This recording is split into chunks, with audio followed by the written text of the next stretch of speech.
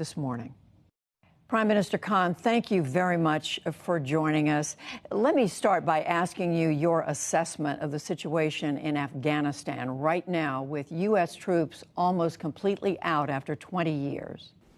Well, Judy, I think the U.S. has really messed it up in Afghanistan.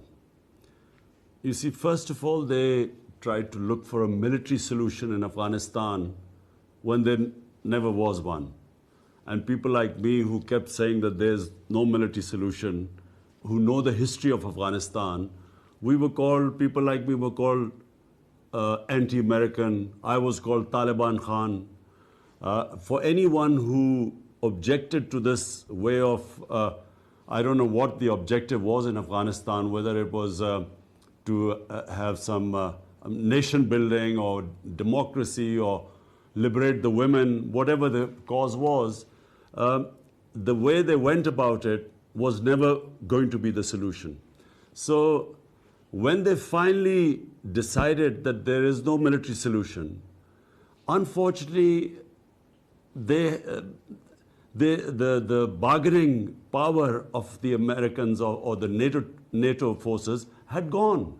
When there were 150,000 NATO troops in Afghanistan, that was the time to go for a political solution. But once they had reduced the troops to barely 10,000, and then when they gave an exit date, the Taliban thought they had won.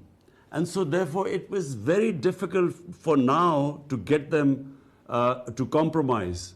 It's very difficult to force them into a political solution. So because they think that, they won. Well, whatever has happened in the past, as we said, the Taliban now is on the rise in Afghanistan. Is that a good outcome for Afghanistan?